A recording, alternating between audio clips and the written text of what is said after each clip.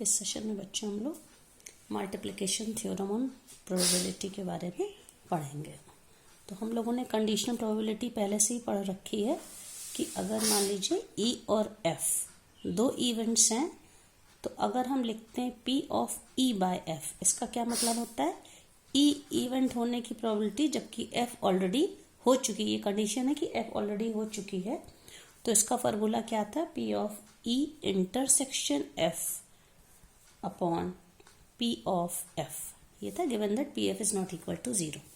इसी तरह से अगर हम इसका F बाय E लें, मतलब कि इवेंट F होने की प्रोबेबिलिटी जबकि E ऑलरेडी हो चुकी है, तो इसका फॉर्मूला क्या हो जाएगा? P of E intersection F upon P of E। तो इन दोनों से ही अगर हम फर्स्ट वाले से देखते हैं, suppose this is equation 1 and this is 2, तो P of E intersection F अगर हम लिखें तो ये क्या हो जाएगा? P of F into P of E by F। इसी तरह से अगर हम इसको ले लें सेकेंड वाले इक्वेशन से, sorry this was P of E, P यहाँ पे इंटरसेक्शन की वैल्यू ले, P of E intersection F, तो क्या हो जाएगा? P of E into P of F by E। ठीक है, तो आप इन दोनों फॉर्मूलों से देख लीजिए, यहाँ पे हमें जो इंटरसेक्शन वाला टर्म मिलता है, ये अगर दो इवेंट्स हैं उनमें से एक हो चुकी है, दूसरे इवेंट होने की प्रोबेबिलिटी को हम जैसे यहाँ पे हम लोगों ने लिया था P, मान लीजिए E बाय F लिया था, मतलब F हो चुकी तब E होने की प्रोबेबिलिटी के लिए फॉर्मूला था। तो इससे हमें इंटरसेक्शन की क्या वैल्यू मिली थी कि F हो चुकी E होने की जो प्रोबेबिलिटी आई है उसको अगर हम PF से मल्टीप्लाई कर दें तो हमें E इंटरसेक्शन F मिलेगा, मतलब एक साथ E और F दोनों के होने की प्रोबेबिलिटी क्या होगी। तो यहाँ पे हम देखिए P ऑफ F को P of E intersection F से मल्टीप्लाई कर रहे हैं, इसीलिए हम इसको क्या कहते हैं? Multiplication theorem on probability. और इसके लिए हम जो E इंटरसेक्शन F के लिए हम एक टर्म और यूज कर सकते हैं क्योंकि कॉमन है ये, P ऑफ E F। ठीक है, इसको क्या लिखेंगे?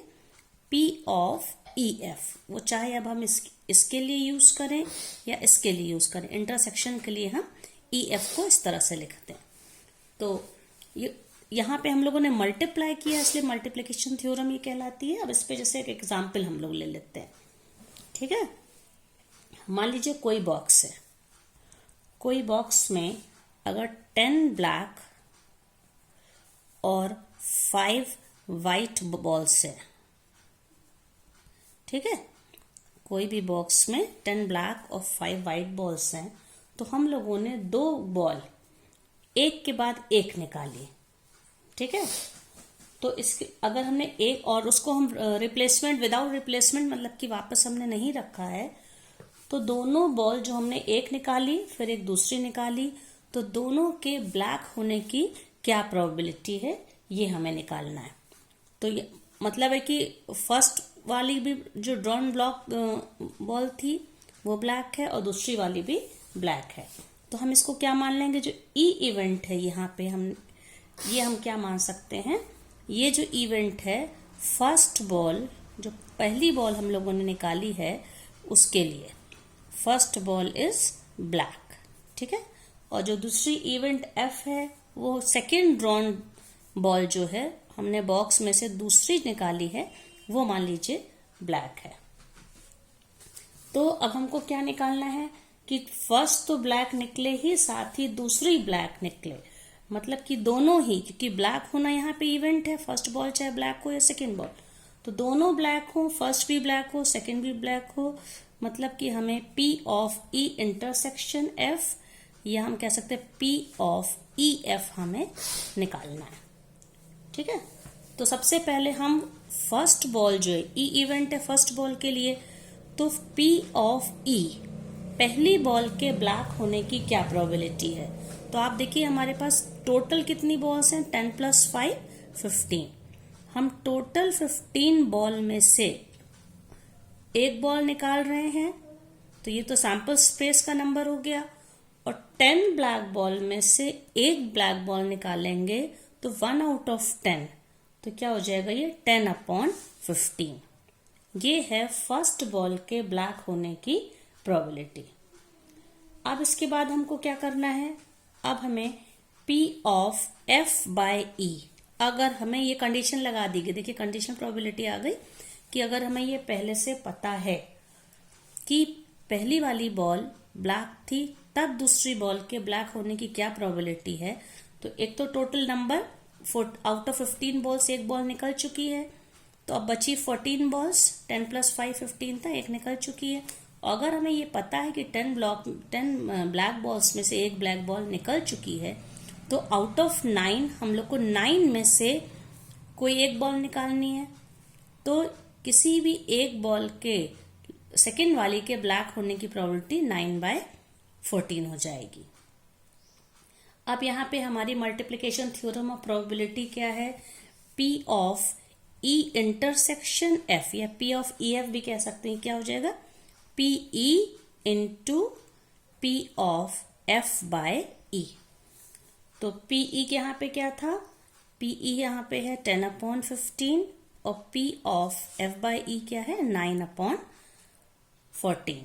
तो इसको जब सॉल्व करेंगे हम, आप देख सकते हैं ये नंबर 3 3 = 9, 3 5 = 15 और 5 से ये 10 2 टाइम्स चला जाएगा, ठीक है, 5 2 = 10 और ये फिर ये सॉल्व होकर हमारा ओवरऑल आंसर आएगा 3/7। तो इस तरह से हमने मल्टीप्लाई करके आंसर निकाला, तो हम इसको कहते हैं मल्टीप्लिकेशन थ्योरम। अब अगर हमारे पास कोई 3 इवेंट है, कोई एक सैंपल स्पेस है, उसमें हमारे पास 3 इवेंट्स है E, F और G, P of E, F, G। इसको इस सिंबल का मतलब मैं पहले ही बता चुकी हूँ, P of E intersection F intersection G। इसी को जो काम हम लोगों ने 2 के लिए किया है, वही अगर हमें 3 के लिए करना पड़े, तब ये हमारा फॉर्मूला क्या हो जाएगा, P of E into P of, मतलब E, कोई भी एक E इवेंट होने की प्रोबेबिलिटी, अब E हो चुकी है उस कंडीशन में F इवेंट होने की प्रोबेबिलिटी, ठीक है, इसको क्या बोलेंगे F/E। और उसके बाद E और F दोनों हो चुकी हैं उस कंडीशन में थर्ड इवेंट, सॉरी बच्चों दिस वाज G, ये G था, ओके, थर्ड इवेंट G होने की प्रोबेबिलिटी P ऑफ G/EF। ये फॉर्मूला हम लोग यूज करते हैं, जिसको कि हम लोग अभी एक एग्जाम्पल से फिर से इसको समझ लेते हैं। जैसे कि मान लीजिए ये हमारे पास 52 प्लेइंग कार्ड्स हैं, ठीक है, तो 52 कार्ड्स में से, प्लेइंग कार्ड्स के बारे में आप लोग पहले क्लास 11th में पढ़ चुके हैं, हमको कितने निकालने हैं, 3 कार्ड्स एक के बाद एक निकालने विदाउट रिप्लेसमेंट, मतलब एक कार्ड निकाल के उसको वापस हमें नहीं रखना है। तो अगर हम विदाउट रिप्लेसमेंट निकालें तो हमें क्या निकालना है कि फर्स्ट 2 कार्ड्स, ठीक है, जो फर्स्ट 2 कार्ड्स हैं, मतलब कि फर्स्ट एंड सेकेंड कार्ड के किंग होने की प्रोबेबिलिटी और थर्ड कार्ड के एस होने की, इक्का होने की क्या प्रोबेबिलिटी है, ये निकालना है। आउट ऑफ 52 कार्ड्स हमको 3 कार्ड्स निकालने हैं, इस बात की क्या प्रोबेबिलिटी हो कि फर्स्ट किंग हो, देन सेकंड किंग हो और थर्ड एस हो। तो हम इसमें क्या मानेंगे, हमारी जो इवेंट्स हैं यहाँ पे, जो के इवेंट है, ठीक है, के इवेंट क्या है कि जो कार्ड है वो क्या हो, किंग हो, ठीक है, और ए इवेंट क्या हम मान लेंगे, हमारी ए इवेंट है कि जो ड्रॉन कार्ड है वो कोई एक एस है। हमें पता है 52 कार्ड्स में से 4 एस होते हैं, ठीक है, 4 एस होते हैं और 4 किंग होते हैं। तो अब हमें क्या निकालना है, P ऑफ के ए, ये निकालना है, मतलब फर्स्ट किंग हो, सेकंड किंग हो, थर्ड एस हो। तो इसके लिए सबसे पहले हमें फर्स्ट कार्ड की, पहला कार्ड जो हम लोगों ने निकाला आउट ऑफ 52 कार्ड, उसके किंग होने की क्या प्रोबेबिलिटी है। हम जानते हैं टोटल 52 कार्ड्स है, जिसमें से 4 किंग्स होते हैं, तो 4 आउट ऑफ 52, ये क्या हो जाएगा फर्स्ट कार्ड के किंग होने की प्रोबेबिलिटी।